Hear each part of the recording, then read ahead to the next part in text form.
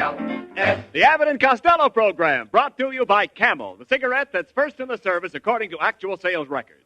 See if your throat and your taste don't make Camel a first with you, too. Find out for yourself. Listen to the great rhythms of Freddie Rich and his orchestra, the swingy singing of Connie Haynes. And that lad whose message loud and clear each Thursday rings into your ear.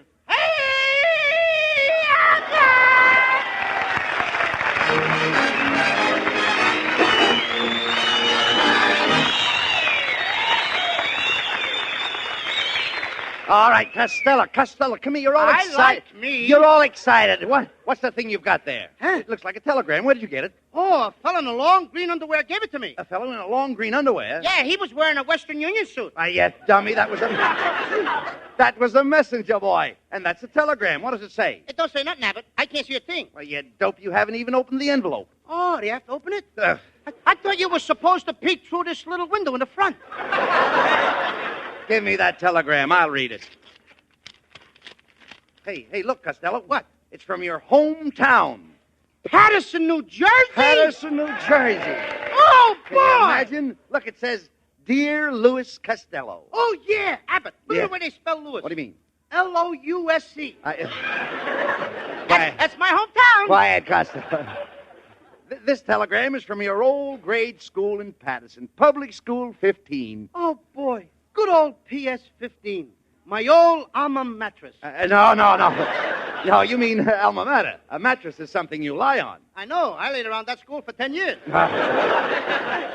Well, what do they want with me, Abbott? Well, the telegram goes on to say, let's see now. We are proud of you, Mr. Costello, and the whole school will greatly be honored if you would come to Patterson this Saturday night and appear in our annual school play, signed by the principal, J. Soil-Off Wallpaper. How do you like that, Abbott? Boy, oh, boy. I knew my old school would send for me someday. Sure they would. I was always the hero of my school.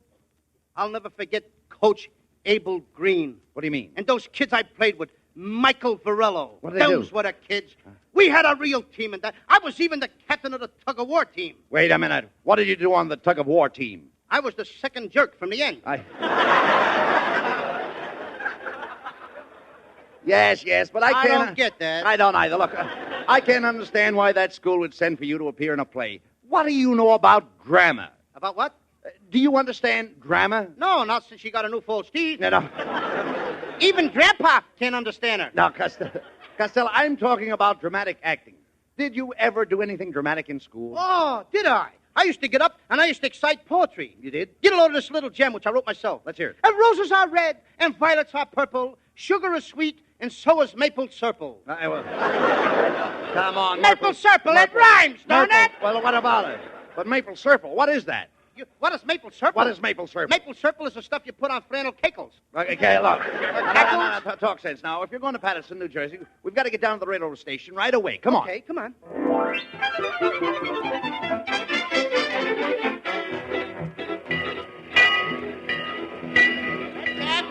cab, order. Taxi. All right now, Costello, let's get our tickets for Patterson. We've got to find a comfortable place to sleep on the train. Oh, I never have any trouble, Abbott. I got a system. I eat garlic before I get on a train. What has garlic got to do with finding a place to sleep? I just breathe in the conductor's face, and he gives me a wide berth. Oh, be sensible. Well, here's the ticket window. I beg your pardon, sir. We're going to Patterson. Could you tell us how the trains run? Oh, yes. There's a big black thing that pulls them, and it goes choo-choo and woo-hoo! This guy's been drinking too much of that Traveler's Aid. Look.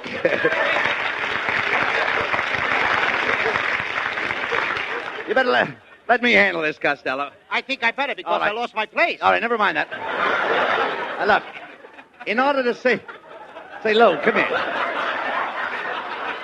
ahead. I got it. All Go right, ahead. look, I'll take care of everything. Don't worry about a thing. In order to save money, I think we'd better get a couple of upper berths. Oh, but I don't want an upper. I want a lower. But, Costello, do you realize that if you buy a lower, you'll find it's much higher than an upper? Oh, sure. I mean, after all, what'd you say? I said that a lower is higher than an upper. A lower is higher than an upper. Why, certainly. Well, what are they doing? Running the trains upside down? Of course not. The lower is a more desirable berth. Therefore, if you want to go lower, you'll have to go higher. If I want to go lower, I'll have to go higher. Yes. Why should I go higher when I want to go lower? Now, simply because if you want to go lower, you have to go higher. Because the lower is higher than the upper. And the reason the lower is higher than the upper is because the upper is higher up than the lower. Oh! You mean that the upper is lower than the lower Yeah. because the lower is higher than the upper? Now, you've got it. Now I've got it. I don't even know what I'm talking about. Costello, I'm trying to tell you that they sell the upper lower than the lower because when you sleep in an upper, you have to get up to go to bed.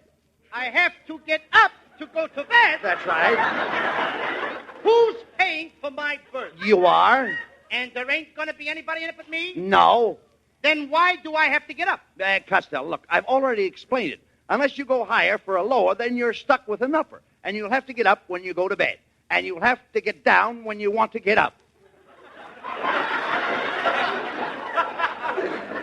Abbott, What? let me smell your breath. Oh!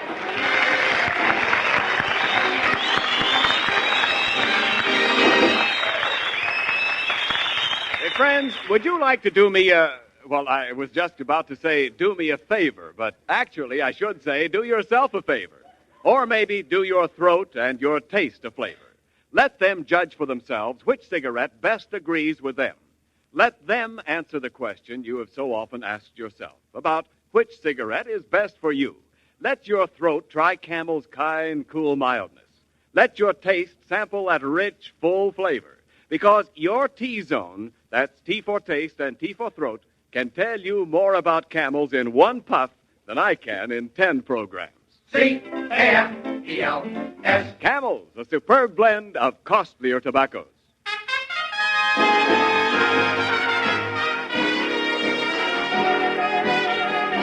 Freddie Rich plays a hit tune of today, but for many of you, it is also a hit of other years.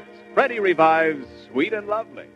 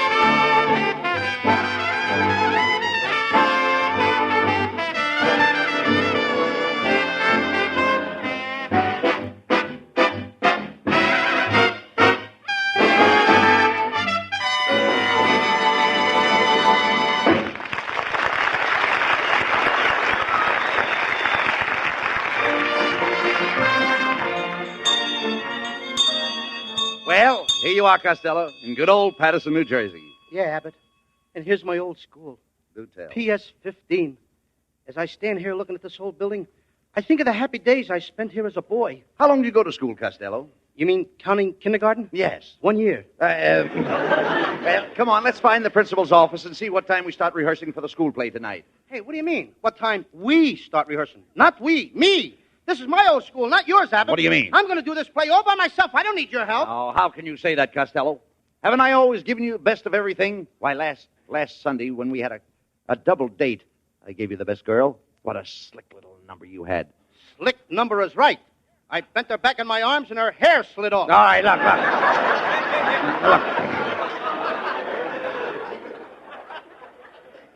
Just cut that out, Costello. Wait a minute. I think this is the principal's office right here. No, not that room. What do you mean? No, that room is where they have the art class. What do you mean? That's where I learned to draw, Abbott. You did? I was a wonderful drawer.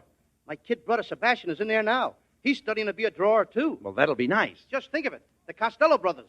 A pair of drawers. Look, never mind that. Where is the principal's office? Oh, I don't quite remember, Abbott. But look.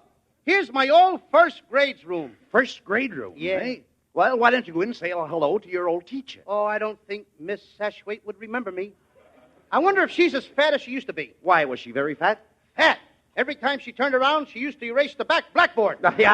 I said it! All right. Well, go ahead. Open the door and see if she remembers you after all these years. Okay. Boy, will she be surprised to see me. Miss Sashwaite! Miss Sashwaite! Yes? Don't you remember me? I'm Lou Costello. Oh, and where were you all day yesterday? Yesterday? I haven't been here for 15 years. If you're absent one more day, you'll have to bring a note from your mother. Just a minute, Miss Sashwaite. I'm Lou Costello. Don't you remember how 15 years ago I always used to pester you by raising my hand? Yes? Well? You can go now.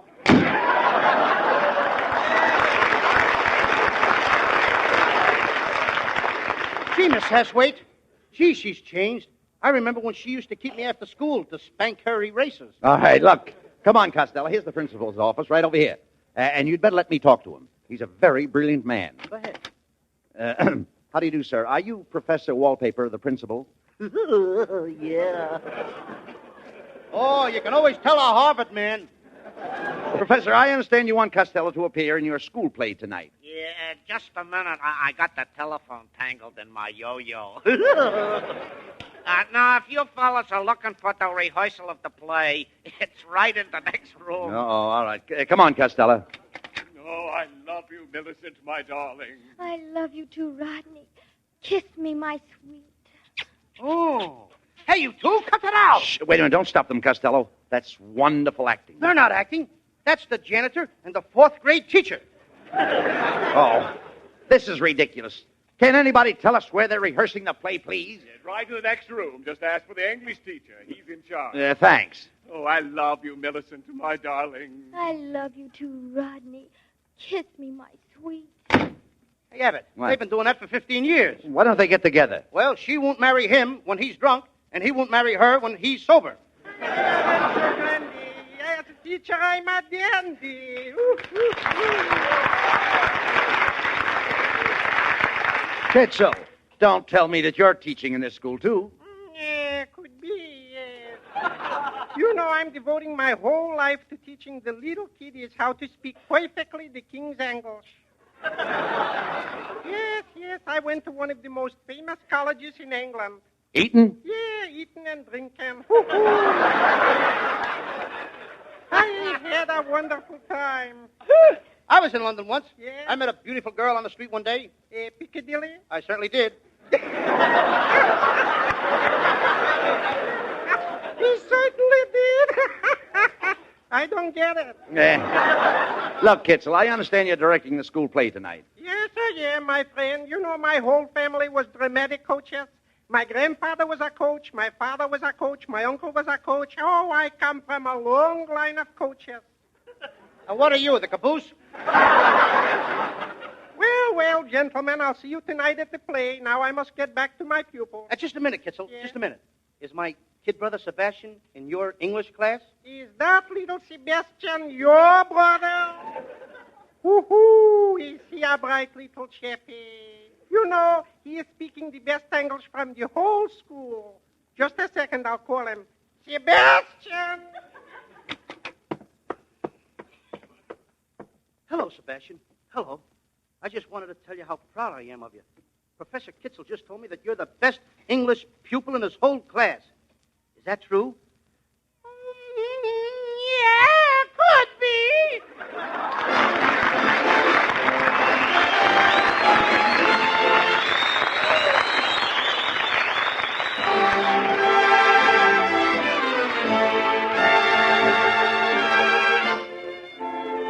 Lovely Connie Haynes and a lovely song together.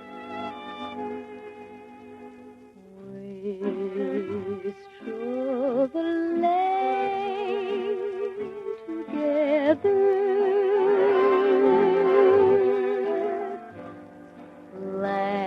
laughed at the rain together,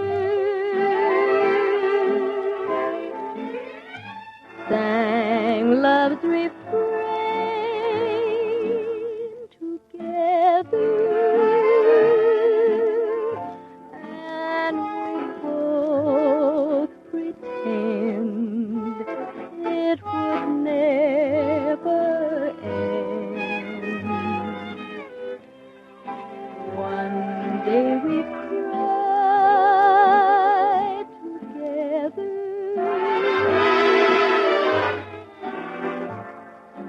cast love aside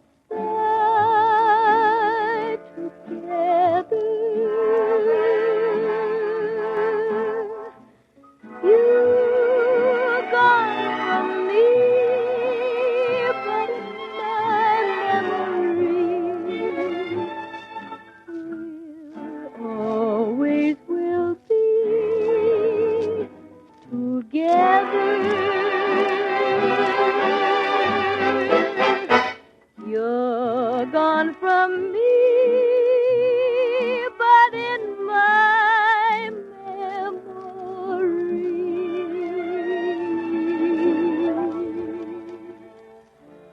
will always be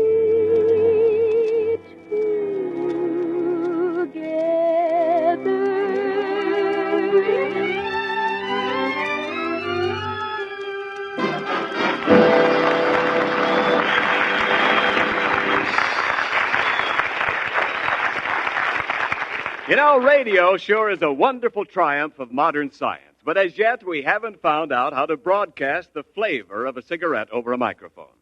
Only your own taste can tell you which cigarette you like best, and only your own throat can tell you which cigarette likes you best.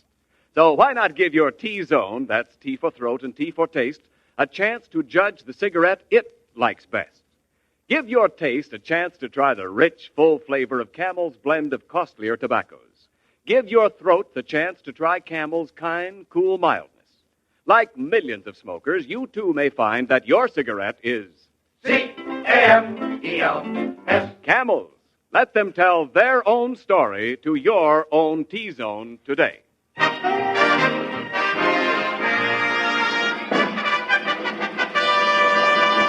Good evening, members of the Parents and Teachers Club of Patterson, and all you dirty, dear little kiddies.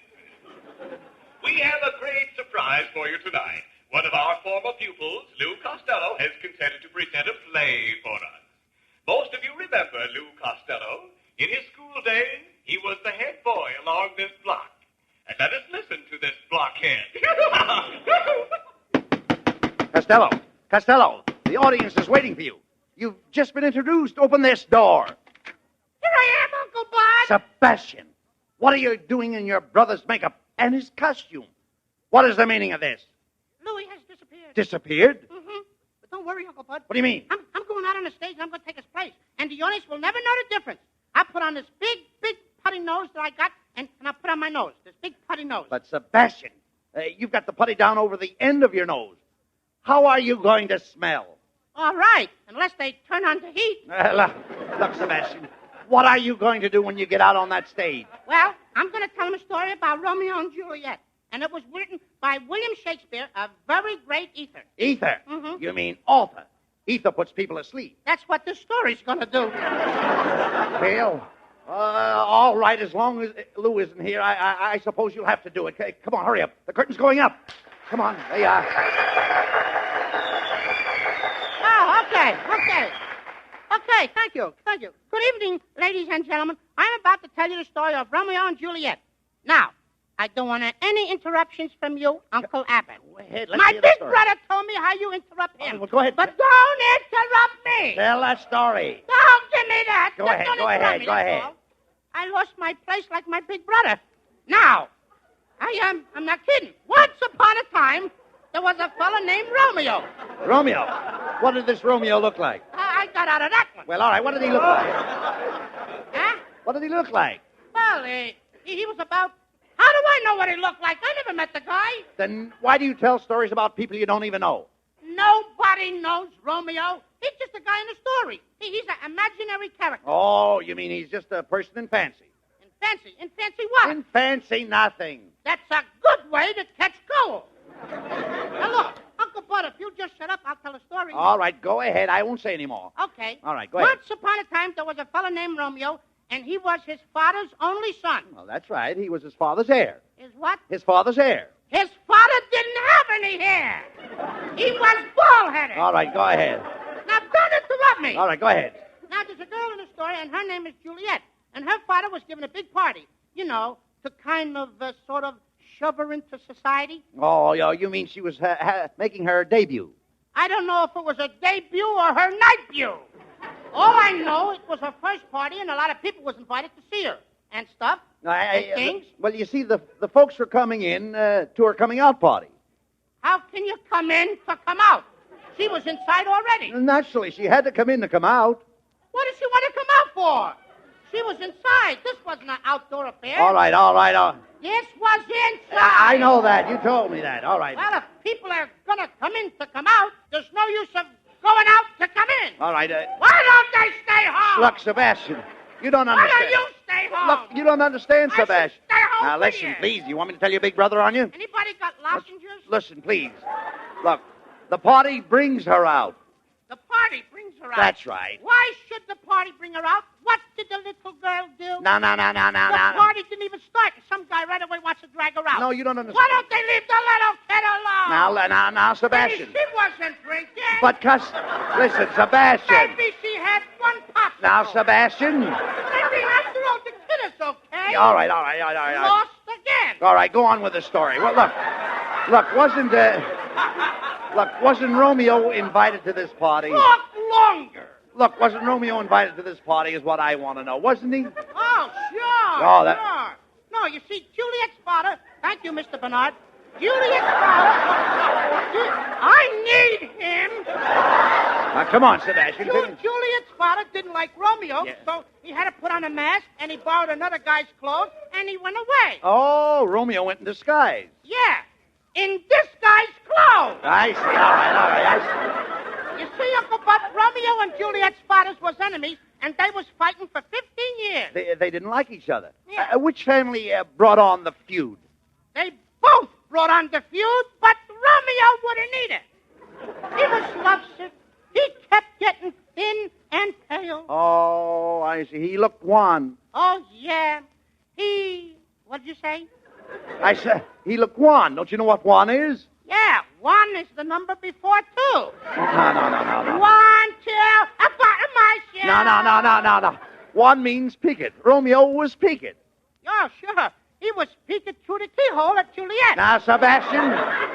Well, if I was there, I'd have peeked at her myself. Sebastian, will you please go on with the play? Well, anyway, every night Juliet used to sit on the balcony. Why did she sit in the balcony? Because she couldn't afford a seat in the orchestra. All right. And she liked to sit in the balcony. All right, now, don't Up argue. there she could smoke. Oh, yeah, I understand. Put her feet on the rail. Yes, go on, go ahead. So far, so good. Go ahead. One night, I hope I can hold out. All One right. night, Juliet dropped her handkerchief, and Romeo picked it up and handed it to her. And what did Juliet do when Romeo handed her the handkerchief? As she'd done like anybody else. What? Just what? Well, you know what I Wait, mean. do you know the story, don't you? Oh, yes, Well, what did Juliet do when Romeo handed her the handkerchief? You know, like they always... What did she do? She wiped her nose! All right, now. Gee, did you have to make me say that? Well, all right, never mind. I mean, it's your line. All right, Go ahead. look, Sebastian, as I remember the story, Romeo had a rival, and they fought a duel with lances. Now, what I can't understand is why did the other fella kick Romeo when Romeo dropped his lance? Because he caught Romeo with his lance down. Look, that's enough, Sebastian. Stop the play. Stop it. I say, ladies and gentlemen, the play is over. Bring down the curtain. Hey.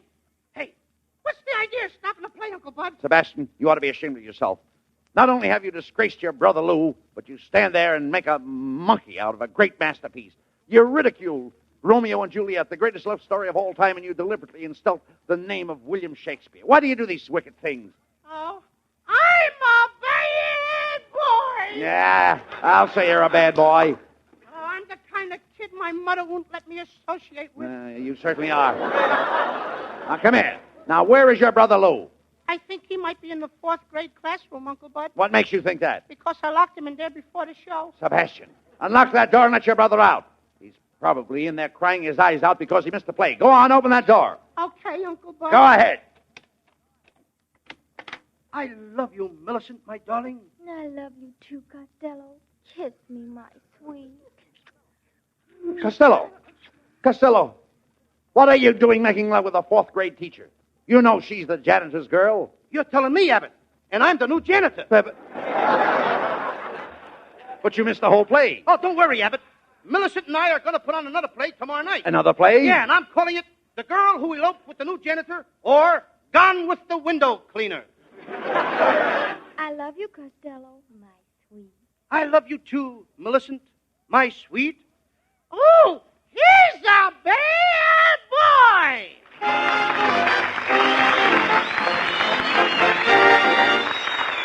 Abbott and Costello will be back in a moment. Thanks to the Yanks of the Week. Tonight we salute Technical Sergeant George James H. Logan of Luling, Texas, who is one of only 2 men in this war to receive both the Congressional Medal of Honor and the Distinguished Service Cross. In your honor, Sergeant James M. Logan, the makers of Camels are sending to our fighters overseas 400,000 Camel cigarettes. Each of the 3 Camel radio shows honors a Yank of the Week by sending free 400,000 Camel cigarettes overseas. A total of more than 1 million Camels sent free each week. In this country, the Camel caravans traveling from camp to camp have thanked audiences of more than 4 million Yanks with free shows and free Camels. Camel broadcasts go out to the United States 3 times a week, are rebroadcast to our men overseas and to South America. Listen tomorrow to Jimmy Durante and Gary Moore. Monday to Bob Hawke in Thanks to the Yanks. And next Thursday to Abbott and Costello. And before we hear from the boys, I'd like to say the Merchant Marine needs more men to man the supply lines to victory. And to eligible men, it offers not only a well-paid and worthy present, but a splendid future. In 6 months' time now, you can make the progress it would have taken you 3 years to make before Pearl Harbor. Get all the facts. Go to any United States Employment Service office or wire collect to the United States Merchant Marine, Washington, D.C. And now, here are Bud and Lou Costello with a final word. Thanks, Ken. But it's getting a little late, so all we'll have time to say is just good night, folks. And good night to everybody. Good night, please buy bonds. Buy bonds. Good night, folks. To everybody in Patterson, New Jersey. Good night, neighbors. Good night, neighbors. Be sure to tune in next week for another great Abbott and Costello show. And remember, try Camels on your throat and your taste. See for yourself how Camel's mildness, coolness, and flavor click with you.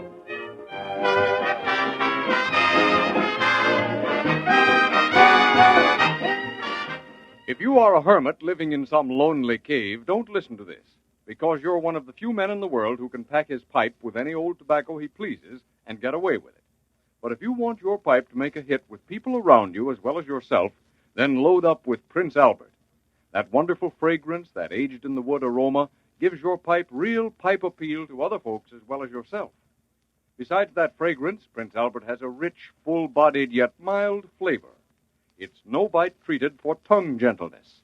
It's crimp-cut to pack, draw, and burn perfectly. And what a bargain. Just about 50 pipefuls in one regular 2-ounce package. More pipes smoke Prince Albert than any other tobacco in the world.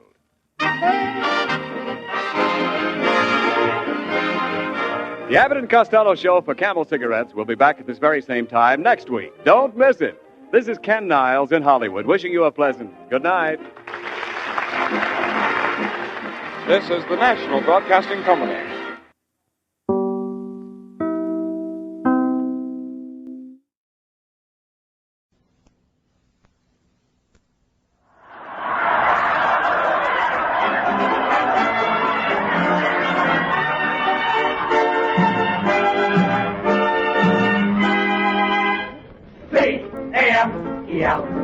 The Abbott and Costello program, brought to you by Camel, the cigarette that's first in the service according to actual sales records.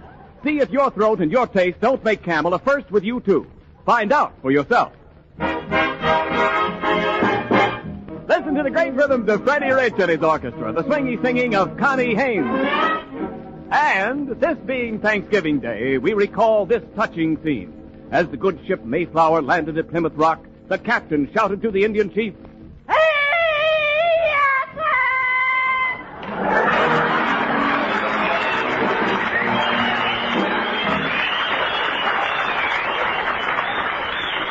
Costello, do you realize it's 7 o'clock? Where have you been? Oh, Abbott, I just came from your house. And have I got news for you? What is it? Your cat just had chicken. My cat had chicken.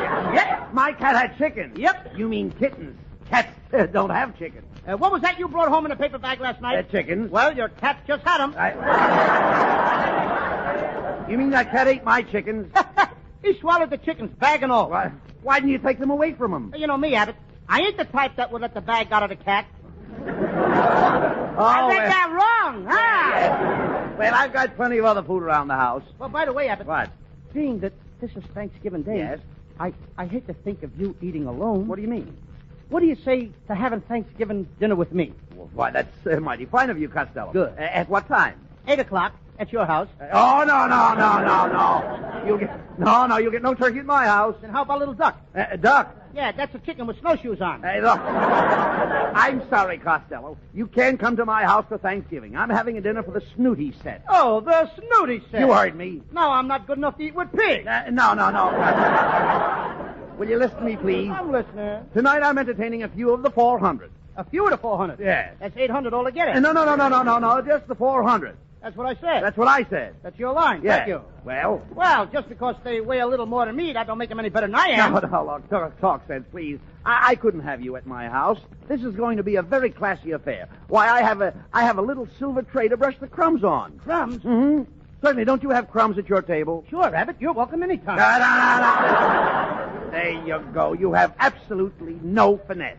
No what? I said you have no finesse. What would I do with a furnace? In California, you don't need a furnace. If it gets cold, we turn on the gas heater. All right, Costello. Look, I didn't say... Or the radiator. I didn't say... He's getting like boyer. Yeah, all right, look, please. Furnace. All right. I didn't say furnace in the first place. I said finesse. Look, you don't know what you're saying. All right, you're getting me all mixed up here. Look, I'm trying to tell you. Listen to me, please. Your table manners are terrible. The last time you had dinner at my house, you did nothing but reach across the table and grab for the food. Well, what was wrong with that? What was wrong with that? You've got a tongue, haven't you? Yeah, but I can reach further with my arm.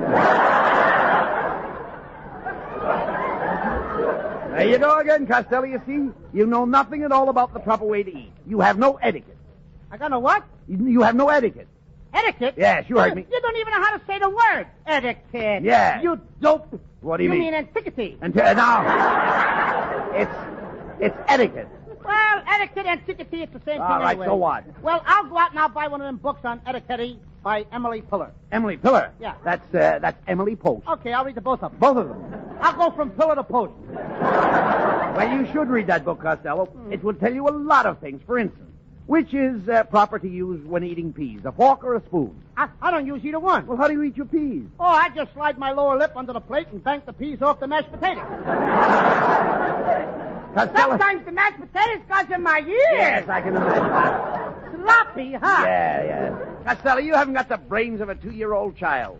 Oh, I wouldn't say that. Why not? Look at the difference in our ages. The way you act, I could never have you at my table. Look, Abbott, if you know so much about manners, just answer me this one thing. What is it? Which hand do you stir your coffee with? I stir my coffee with my right hand. That's funny. Most people use a spoon. That's no laughing. Now, that settles it, Costello. You ain't got no etiquette. Yeah, that settles everything. I was just about to break down and invite you for dinner. But now you had to be a smart aleck, didn't you? Wait a minute, Abbott. Yeah, you did. Wait a minute. Now? You're my old pal. I can't help it. You can't do this to me. Well, I did. You gotta invite me to dinner on Thanksgiving. I ain't got no place to go. I'm sorry. You can't let your old friend starve. Look at me, Abbott. I only weigh 90 pounds now. 90 pounds? Why, you're 56 inches around the waist. Yeah, but I'm hollow. All right, look. All right. You can come to dinner, Costello. But you'll have to make yourself useful. Now get there early and wait on the table. Well, why should I wait on a table? Why can't I wait in Apollo with the rest of the people? No, you dummy. I mean, I want to sit on your table Listen, waiting. I mean, I want you to help with the serving. Now, the first course will be hors d'oeuvres. Of course, you know what hors d'oeuvres are. Yeah, that's French for leftovers. No. Costello, hors d'oeuvres are snacks. Now, you take care of the ladies first. It's up to you to see that each lady gets a snack. Are their husbands going to be there? Certainly. Then I ain't going to do it. What? Do what? I ain't going to go around snacking the ladies. Their husbands are liable to come around and snack me. On second thought, you'd better stay out in the kitchen and help with the oyster dressing. Why, Abbott, What's the matter? what you said. What's wrong? You ought to be ashamed of yourself. Talking that way to a boy of my age. What do you mean? I'm just at the age of picking things up like Well, that. what's too. wrong? Why, it's a good thing my mother isn't here. Oh, the shame of it all. What are you talking about? How dare you ask me to help with the oyster dressing? What do you mean? Now, look, Abbott. I didn't mind when you said I had to wait for you on a table. And I was only mildly surprised when you asked me to snack all the ladies, especially in front of their husbands. But when you have the nerve to ask me to go out in the kitchen and dress a bunch of naked oysters, you not only humilify me, but you have impugned on my good name.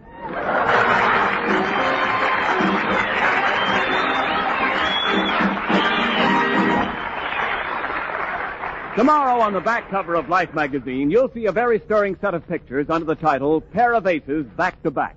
A Navy Dauntless dive bomber attacking a Japanese carrier. Notice, too, the pair of flyers, the pair of aces in the lower left-hand corner. And read the words they're saying. I quote, Camel's our cigarette. Suits the throat and the taste to a T. Unquote. C-A-M-E-L-S. Camels, they're aces with the aces.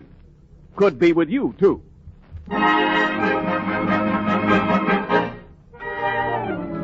Here is Freddie Rich with Jabba Junction.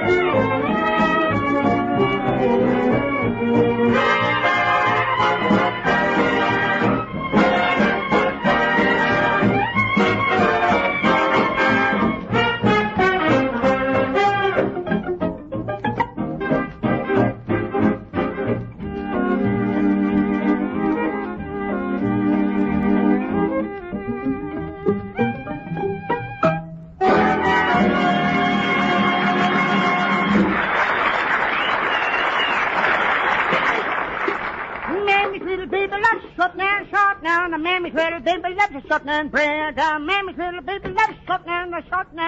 Costello, you have to cut out that singing in the kitchen. You're disturbing the guests. But Abbott, I always sing when I'm making sour milk biscuits. Sour milk biscuits? Sure. We haven't got any sour milk. You will have when I get through singing. And Mammy's little baby loves short now. All right, look. Nelson Eddy better save his money. All right, look. Cut that out. Look, what are you doing there? What's all that stuff you're putting in? How to do it. What did she say? First, I got to put in 2 tubs of butter. 2 tubs of butter? Sure, it says right here in the cookbook. Butter, 2 TBS tubs. That's tablespoons. I threw them in, too. You threw... what else did you put in there? I put in some flour, salt, baking powder, and 3 gullops of molasses. 3 gullops? What are gullops? You know, Abbott, when you pour the molasses out of the jug, it goes gullop, gullop, gullop. I put in 3 of those. Look, Costello, I don't want you to do any cooking. I've got a chef coming here to take care of that. I thought you'd be out here singeing the feathers off the goose. Doing what? Singeing. Don't you know how to singe? Sure, I know how to singe. I was singeing when you came in. A mammy's little baby. No. I'm a good singer. Yeah, no. Singeing gets the down off the goose. Didn't you ever get down off a goose? No. Did you read that right? Yeah. Well, didn't you? Did I ever what? Didn't you ever get down off a goose? No, I got down off a horse. No. I never rode a goose. No. Hey, that was Wait a minute. fickle. Oh, thank goodness. Here comes the chef. Ayan, Shogandi, at cooking ay madyande.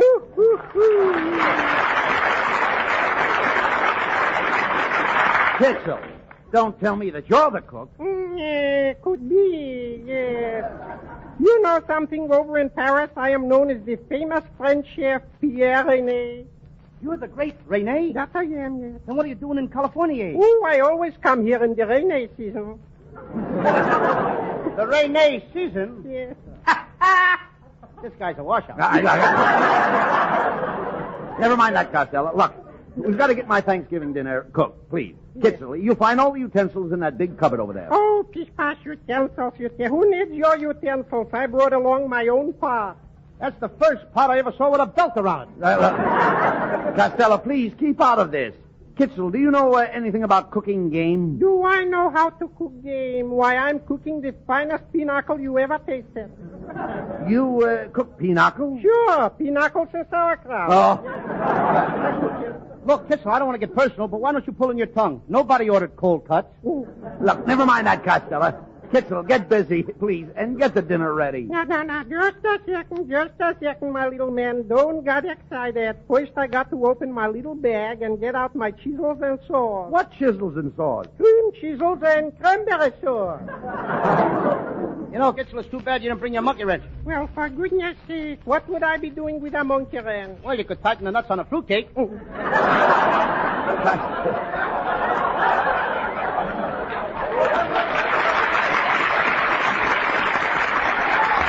Costello, please. Will you get busy and help Kitzel? I'm going into the living room and see if any of my guests have arrived yet. Sebastian! Shut off that radio! Shut it off! My Sebastian. Well, I just come over to help you out, Uncle Bud, and I thought the guests would like some nice romantic music. Romantic music? Mm-hmm. Oh, that tiger isn't romantic music. It is to another tiger. All right. Now, look, Sebastian, if you're going to hang around here, you'll have to behave yourself. Now, this is going to be a very formal Thanksgiving dinner. The men will all wear tails. Tails? Who's coming? Mickey Mouse? Now, will you please listen, Sebastian? It will be your job to usher the people into the dining room. I will sit at the head of the table. Ken Niles will sit on my right hand, and Connie Haynes will sit on my left hand. Ken Niles is going to sit on your right hand? That's right. And Connie Haynes will sit on your left hand? That's right. How are you going to eat? With your feet? No. Look, when you get all the people seated, you go to the kitchen. Then when I ring this little dinner bell, your brother will hand me the carving knife, and you give me the bird. In front of everybody? That'll do, Sebastian. Now go out in the kitchen and make some ice water. And I do hope you can make ice water. Yeah, sure. You just peel an onion. An onion? Yeah, that'll make your eyes water. Sebastian, ice water is frozen water. Oh, yeah? Yeah. Then what is frozen ink? I stink. You'll get no argument out of me, brother. What?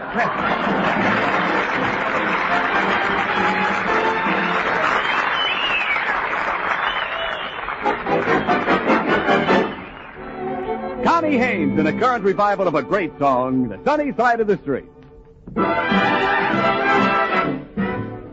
Grab your coat and get your hat. Leave your worry on the doorstep. Just direct your feet to the sunny side of the street. Can't you hear a bit of pat? And that happy tune is your step. Life can be so sweet on the sunny side of the street. I used to walk in the shade with those blues on parade, but I'm not afraid. This rover crossed over. If I never have a cent, I'll be rich as Rockefeller. No dust at my feet on the sunny side of the street. I used to walk in the shade with those blues on parade, but I'm not afraid. This rover, yeah, I crossed over. If I never have a cent, I'll be rich as Rockefeller. Both dust at my feet on the sunny side of the street.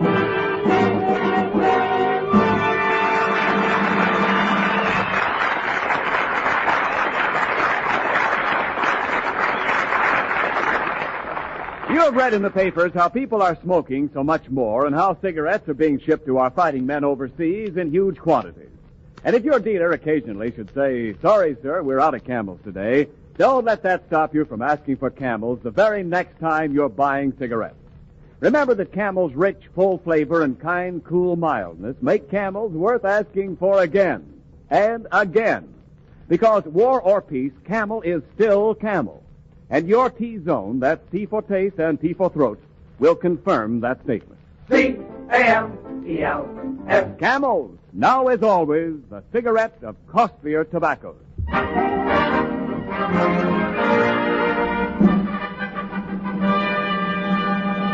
And now, ladies and gentlemen, we take you to the home of Bud Abbott, where a formal Thanksgiving dinner is about to be served. Costello has been working in the kitchen all day like a dog, but he is now ready to face the guests. Let us look in on this dog face. Costello, the guests are arriving. Open the door and announce them as they come in. Announcing Mr. and Mrs. Ned Blank, Mr. and Mrs. Phil Krasner. Announcing Lord Pipsqueak, Knight of the Garter, Lord Beaverboard, Knight of the Bath, and Hetty Lamar. Hetty Lamar isn't here. I was thinking of another night. Young man, how dare you leave me standing here? Kindly take my card and announce me. Okay. Hillside, 2183. Ask for Hazel. If a man answers, hang up. Oh. Wrong card! Wrong card! That isn't my card. I'm sorry, I got that mixed up with one of my own. Costello, what's your manners? Okay. This is Lady Jennifer Cookie Cutter. That's right, old boy. My home, you know, is at Glendinning on the Tyne. Glendinning on the Tyne? Then you must know my great-aunt Harriet. The old girl is bow-legged, you know. Oh, from Glendinning on the Tyne? No, from hitchhiking on oil trucks.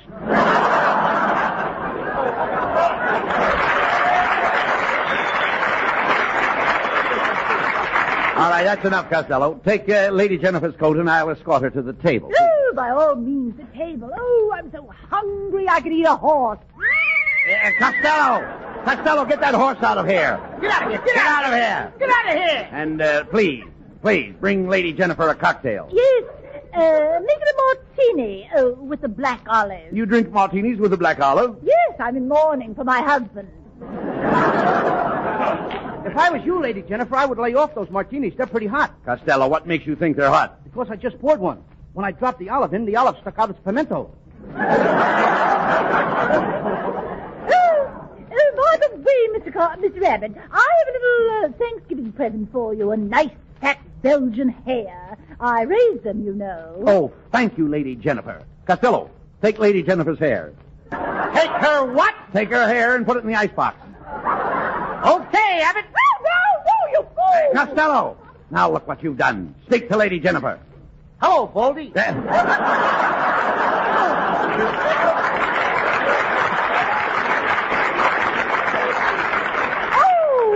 I've never been so insulted in all my life. Come, Lady Jennifer. I'll show you under the table. I'll show you... Get the line right, not under that table. No, I'm sorry, Mrs. Jennifer. I'll show you to the table. Very well. You may take my arm. Does that come off, too? Costello, get busy and serve the dinner. And remember, I don't want to see your thumb in the soup. Okay. Lord Beaverbrook. Pardon me, Mr. Beaverboard. It's quite all right, please. What part of the turkey would you like? Well, I'm a flyer. I'll take the wings. And Freddie Rich. Well, I'm a musician. I'll take the drumstick. And Sebastian, what part of the turkey would you like? Well, you can skip me. I'm a dead-end kid.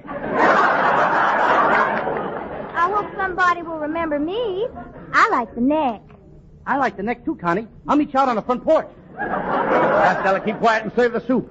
And remember, I don't want to see your thumb in it. Okay, I'll fix that. Oh! Somebody turn off the light! Quick, turn on the light, somebody! There, the lights are on. Oh!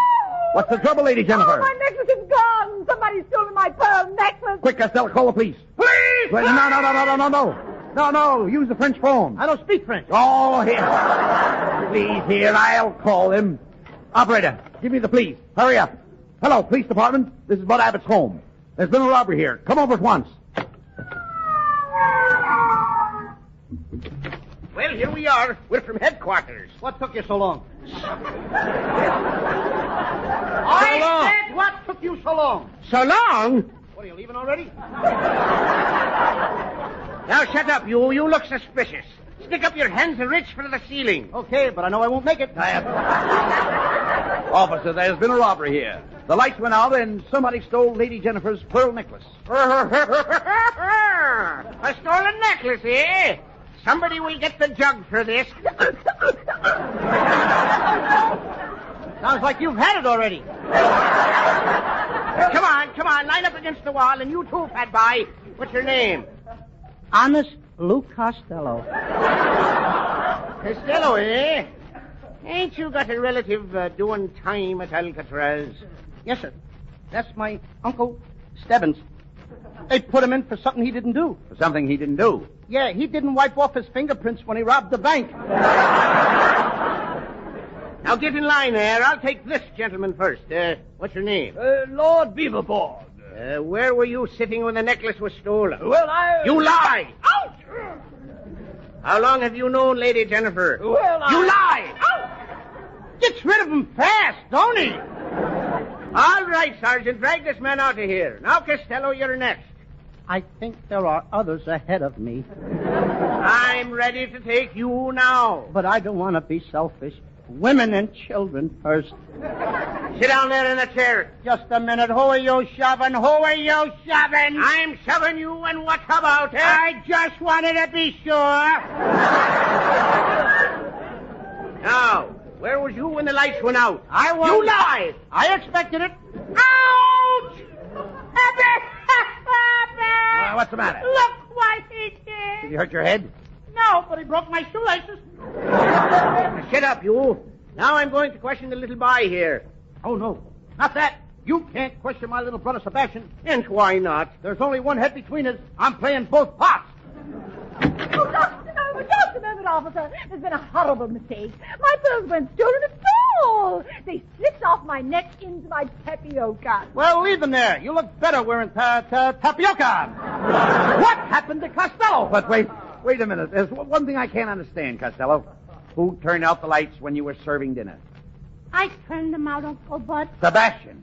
Why did you turn the lights off? because you said you didn't want to see Louis thumb in the soup. Sebastian, do you realize what you did?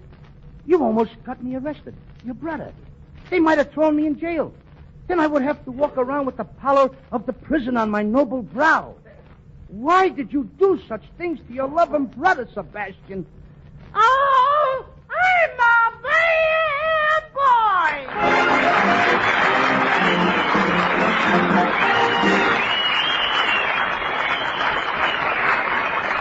Abbott and Costello will be back in a moment.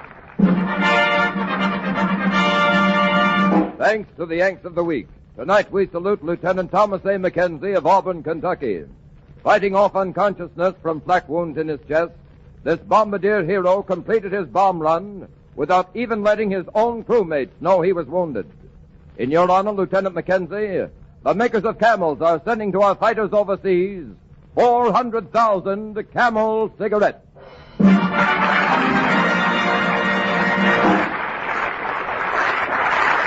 Each of the three Camel radio shows honors a Yank of the Week by sending free 400,000 Camel cigarettes overseas, a total of more than 1 million Camels sent free each week.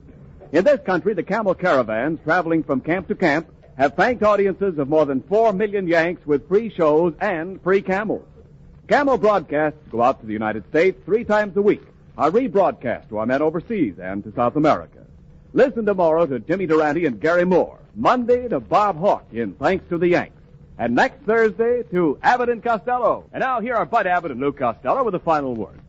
Well, Costello, now that we've done our show, let's get home and have our turkey, huh? I think it's a good idea because I'm just about ready for it now. Did you make the stuffing? Yeah, I did. I made grand stuff. You did, huh? Yeah, I ground up a lot of breadcrumbs, and then I put in some garlic. Oh, that's and then swell. I put in a little onions, and I put in some more garlic, then a whole lot of onions, Yeah. then a whole lot of garlic, then a whole lot of more onions, Yeah. then a whole lot of garlic, and a whole lot of more onions. Wait a minute. And then Wait a a minute. little more Wait pinch of garlic. a minute. Did you taste it?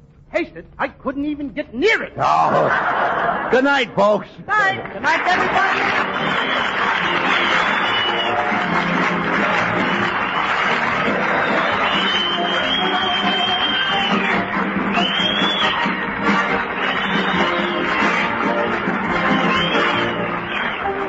tune in next week for another great Abbott and Costello show. And remember, try Camels on your throat and your taste. See for yourself how Camel's mildness, coolness, and flavor click with you.